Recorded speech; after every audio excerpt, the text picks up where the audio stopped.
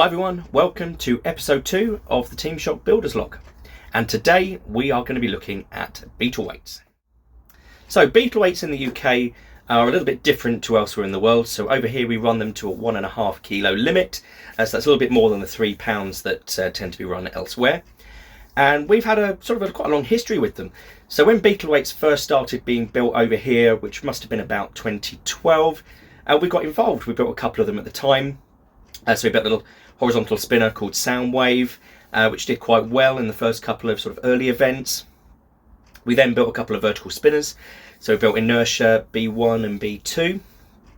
B1 had quite a large disc on it, spanned really nicely at times, got some big hits, but just wasn't reliable enough. B2 was a little bit better, had a smaller, heavier disc, and that did quite well. A little bit let down by its drive system though. Ran on 4 little N20 gear motors, the ones you normally find in amp weights. Did allow the thing to be incredibly compact though. And we ran that for a couple of years and it was really nice. And eventually we sold that. Must have been around the time when Robot Wars was on and we got out of the Beetleweight game. Also going back, we built a little scaled down version of Manta, our pneumatic flipper heavyweight. A little servo powered arm on that one, as at the time pneumatics were a little bit too difficult for us to attempt at a Beetleweight scale. And that was great fun as well. Not the most competitive, and it definitely wouldn't stand up to things nowadays, as spinners have just evolved to the point where it would get completely shredded. We still got the chassis, in fact it's just up there on the shelf, but you never know, one day we might get it up and running again, bring it out for a couple of whiteboards, who knows. But more recently, so during lockdown, when I was looking for projects to keep me busy, I decided the Beetleweights were going to be quite a nice way of getting back into the game. So I built one called Inertia B3. It was kind of like the evolution of the ones I built before, and actually brought back one of my original discs from Inertia B2. Tried to run the same sort of drive idea, 4 N20 motors, had a nice little CNC machined HDPE chassis. I just bought my CNC router at that point, and it was a nice little project to try out on there. And again, it worked reasonably well. Never actually made it to a competition though, as I wasn't happy with the N20 gear motors on the drive. Just wasn't reliable enough for me. So at that point I decided to get rid of that one, and then I started to build Inertia B4. And that one came about thanks to Bristol Bot Builders and their Beetleweight drive kits. So I bought one of those with their 22mm motors and speed controllers, and that really changed the game for me.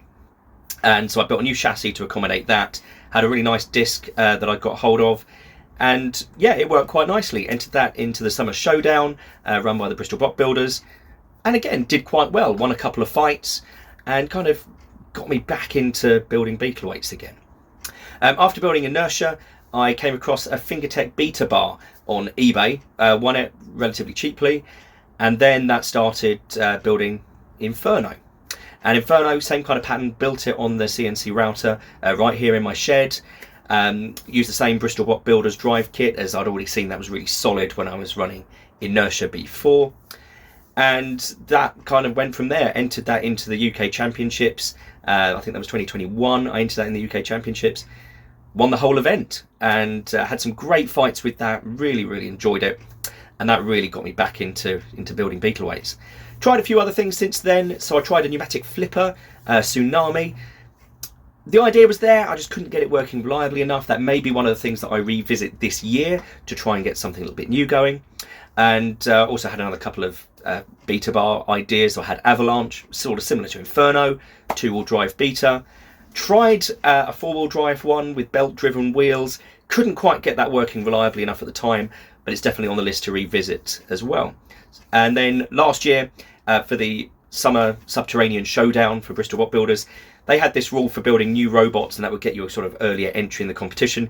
So I had to go at building a little 4-wheel drive lifter, kind of the concept that I wanted to go with for the Shockwave rebuild if we ever did that. So I built Shockwave Junior. It was all right. I quite enjoyed driving it, but it wasn't a very competitive robot. So later on in the summer, I decided to sell on that one, let someone else have a bit of fun with it, and then eventually I'll go on and build something a bit different. So what I'm going to do now is I've got 2 Beetleweights still here with me. I've got Inferno and I've got Inertia B4.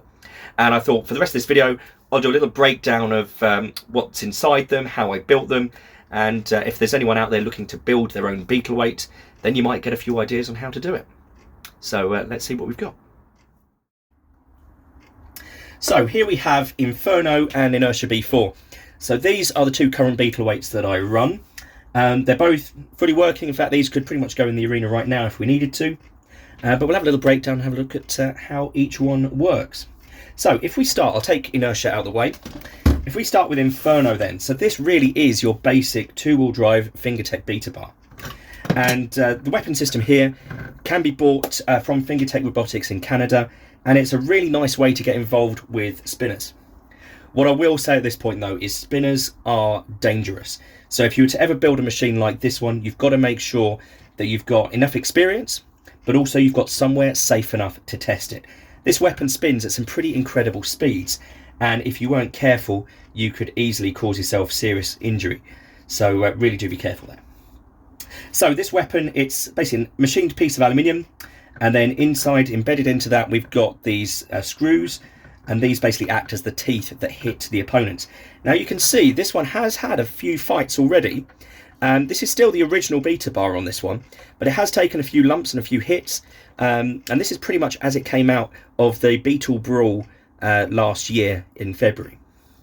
So let's have a little look inside Inferno. So Inferno is quite a basic little machine. It's all made from HDPE, which was made on the CNC router. To get inside, we just got to take off the top panel, and this is just held in with a few screws. So if I do that now, we can have a little look inside. Just self-tapping screws straight into the HDPE for this one. I know some people don't like to do it, it's a little bit crude, but it works. And if you're building your own robot for the first time, this is a nice, easy way to get involved and do it. So it just taps straight into the side rails of the chassis. So the lid pops off, and then you've got access to all of the components inside. Now the foam here is just to space out the battery. So if you look inside here, we've got a little 3-cell LiPo, 1 ampere hour. It's a little Turnigy Nanotech.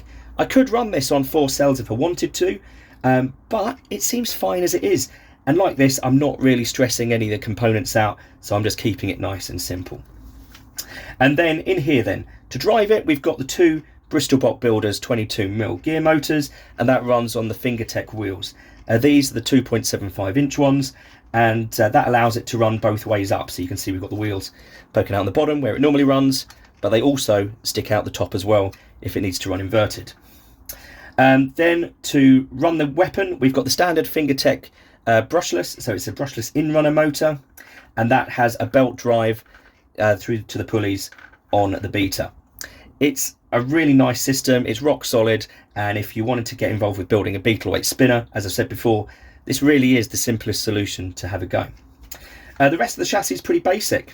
So you can see in here we've basically got an HDPE section in the middle. This was all made on the CNC router, but you could make this at home with basic woodworking tools. HDPE really is a lovely material to use. On the outside, we've got some additional pieces. This just adds a little bit of extra armour for when it goes against other spinners. So you've got one on each side. These are completely replaceable. They are there to get broken. Also on Inferno, we've got the steel forks.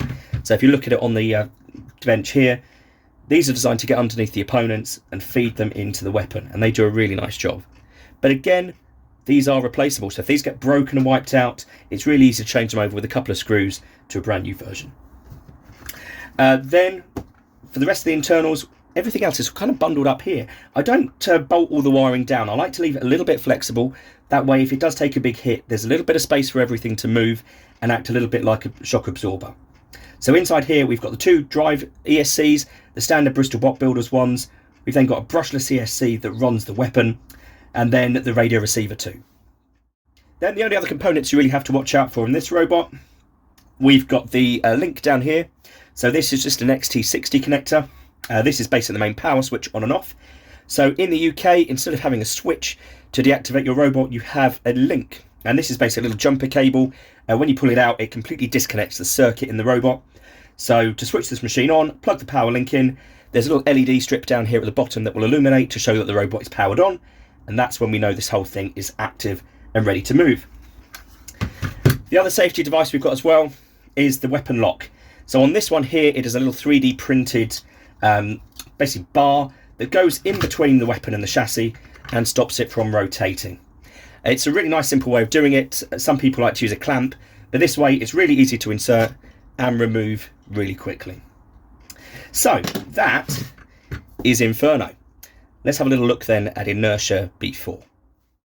Now Inertia may just look like a standard 2-wheel drive vertical spinner, and to be honest that's exactly what it is. It's quite a generic robot, but there's quite a lot of nice features in here that have helped it to work really nicely in the few events that it's competed in.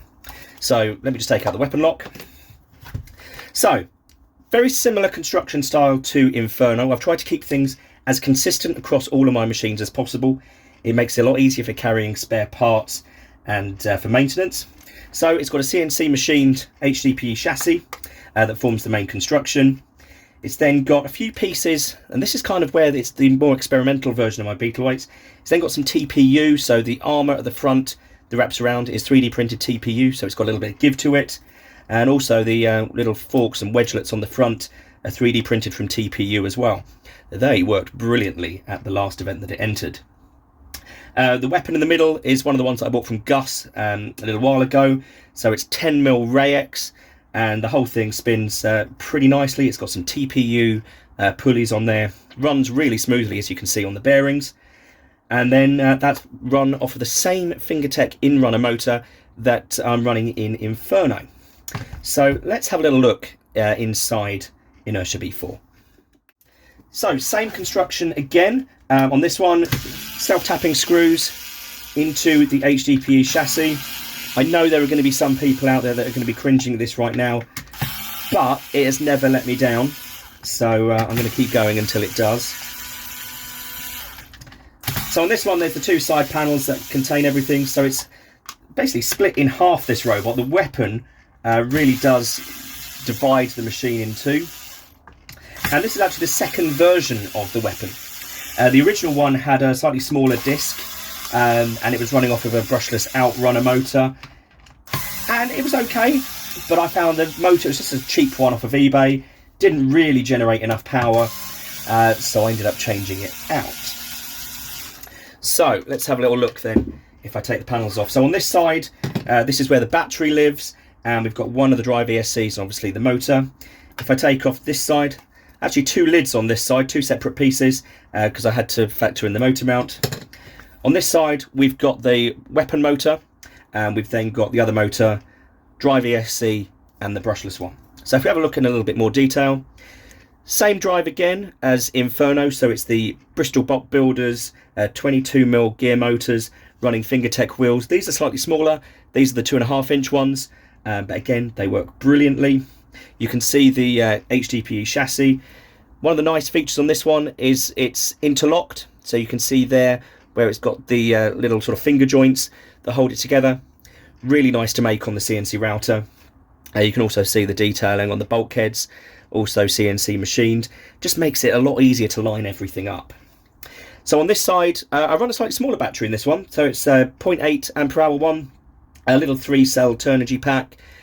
Does have the capacity to go up to 4-cell if I needed to, but at the moment I haven't needed to. Also in this side, we've got the main power link, so it's the same as Inferno. We use a link on this one. When it's in the robot, it's got a little link door that covers it over, so a little polycarbonate door on there that slides out the way, so you can open it up to access the link, close it up, and that prevents the link from popping out. We've then got the other drive ESC in here, so this is just one of the Bristol Bolt Builders ones. The wiring through the middle, that's cable tied down to the base, so it stays well clear of the path of the weapon. It looks a lot closer than it really is. On the other side, so if I bring that up a little bit closer, we've got the Fingertech brushless in-runner motor in there, and that's on a little belt drive to the disc. Now this is running the tooth pulley on the motor, smooth pulley up here, and that helps to take some of the shock out of those big impacts that it delivers. But it didn't seem to be lacking power at all. If you watch some of the footage from the BBB champs last year, it was bouncing itself all over the arena, managed to get a few opponents into the roof, did some great damage to Oobly, which is one of the Fingertech beaters similar to Inferno. So really, really pleased with this weapon system. I think this is going to be here to stay for a little while. We've just got a little cheap Chinese ESC to run that weapon, and then you've got the other drive motor, and under the tape here is the radio receiver. So really basic stuff. And like I said before, the real difference for this machine compared to its previous incarnations, we've got the beefed up weapon disc. So this one's probably about another 20mm larger in diameter, a bit heavier than the original one, but it does spin a hell of a lot faster. We're running this at about 180 miles an hour at the tip speed, so well within the UK limit, but still very, very nasty. But the biggest surprise for me was the TPU that I've tried on the armour and on the forks on the front. Until the event, I've never actually really had much experience with TPU. It was kind of a last minute thing the week before. But after seeing Icebreaker at the Subterranean Showdown, I thought, let's give it a go for the little wedgelets on the front. And as you can see, these are really good at keeping nice and low to the floor because they have a little bit of flex to them. So the weight of the robot presses them down into the ground. And I got a little bit carried away, made the TPU side armour as well. Didn't really get tested against another spinner, as no one really landed a hit on it all event. So need to try that one out at the next one, and hopefully we'll get that opportunity. We're currently signed up as a reserve to the Beetle Brawl that's happening next month. So hopefully we'll get the opportunity to take part there. So again, that's a look inside Inertia B4. It's a really lovely robot, this one. We're hoping we get to run it a couple more times this year. And then going on from there, we will see. We've got lots of plans. Maybe we'll get something new going on. So there we have it. That was a brief look at our two Beetleweights, Inferno and Inertia B4. And if you've enjoyed having a look at these and would like to have a go at building your own Beetleweight, they are a great class to get started in. There's some great online resources from guys like the Bristol Bot Builders. They also sell the drive kits that I've featured in today's video. And they also run some great events. So do have a look at the online calendar. And if you can find an event near you, I'd really recommend going, as there's no substitute for seeing these things up close. So if you've enjoyed today's episode and you want to see more, next week we are going to be having a look at some of our featherweight machines. And there may even be a little sneak peek at our new heavyweight project. So thank you for watching and see you next time.